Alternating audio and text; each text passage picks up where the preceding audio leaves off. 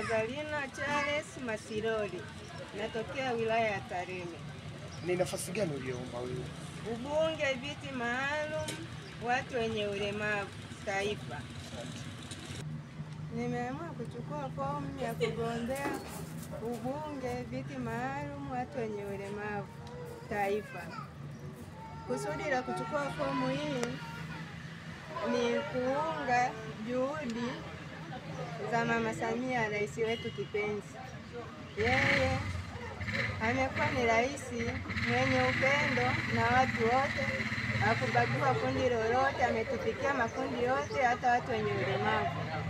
Kwa hiyo na mimi ninapenda kuwa miongoni mwa wanajeshi wake watapakazi ili kuendeleza nguvu kazi za taifa.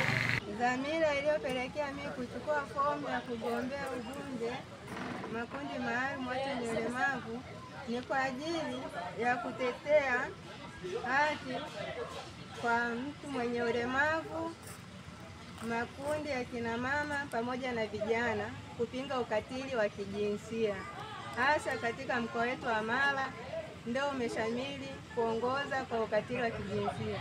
Hivyo basi nikipata ridhaa hii, naamini nitakuwa mwakilishi mzuri, nitafanya kazi vizuri pamoja na kumtetea rais wetu mpenzi, Rais Samia Suluhu Hassan. Naambia watu wenye ulemavu, kwanza tujiamini, tusipende kujinyanyapaa wenyewe, tuonekane tunaweza na ni nguvu kazi ya taifa.